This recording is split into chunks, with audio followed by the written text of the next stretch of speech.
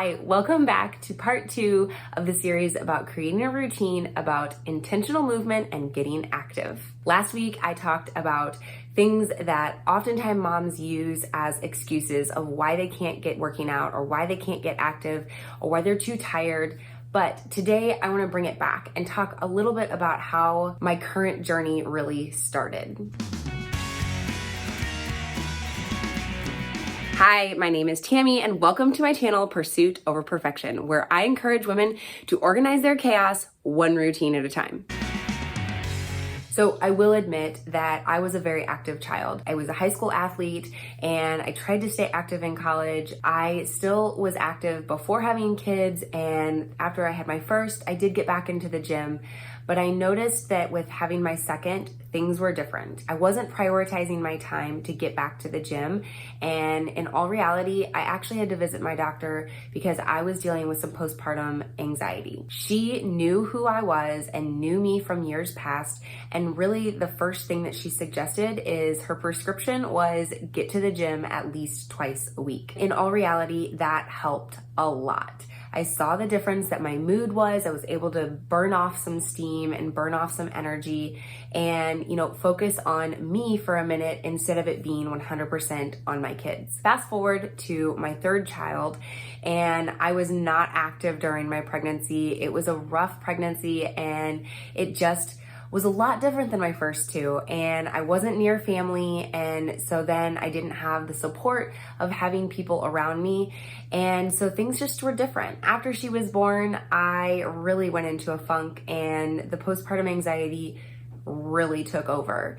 And unfortunately, I didn't have a close relationship with my doctor at that point, that she didn't remind me of the importance of me getting my body moving and how that truly did make a difference in my mental health. With that being said, I kind of had a click moment that I was just like, I can't keep living like this.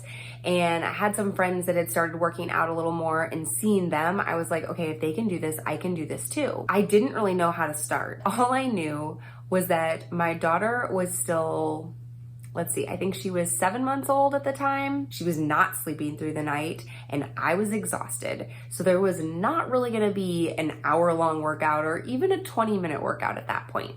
But I knew I needed to start with something. So what I did, and the reason why I'm sitting here on my bed, even for a getting active video, is because this is where it all started. I literally, for the first probably month or two of me deciding I wanted to start doing something, was I would roll out of bed in the morning and I would do about 5 minutes worth of exercises, literally right here next to my bed. I would do probably about 5 squats, I'd do 5 push-ups, I'd do some crunches, I'd do some jumping jacks, all while still in my pajamas. But I did something.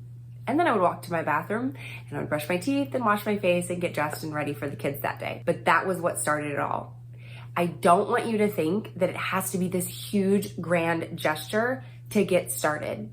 The baby steps are what is going to get you that momentum so that you can keep going. Listen, motivation isn't always going to be there. There's not going to be days there are going to be days that you just don't feel like doing it. But if you have momentum, and like I've said before in previous videos, a train in motion stays in motion. And once you get that train rolling down the tracks, it's really hard to stop it.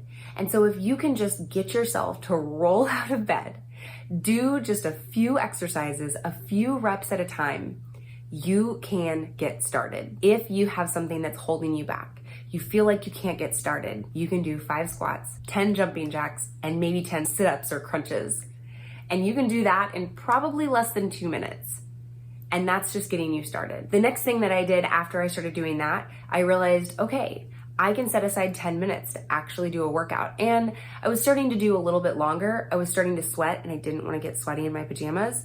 So the next thing I did is, instead of not rolling out of bed into doing a workout, I rolled out of bed and right here on my floor next to me were my workout clothes. I still, to this day, 4.5 years later, lay out clothes the night before. I get my sports bra, my shirt, my pants or shorts, set them right next to my bed. It's like my trigger anymore. It triggers my mind to be like, okay, you're gonna get active today. You're going to take care of yourself so that you can then also take care of others. So often we think that we're being selfish by wanting to work out and take care of our bodies, and it's not. If we're not taking care of ourselves, how are they gonna know how to take care of themselves?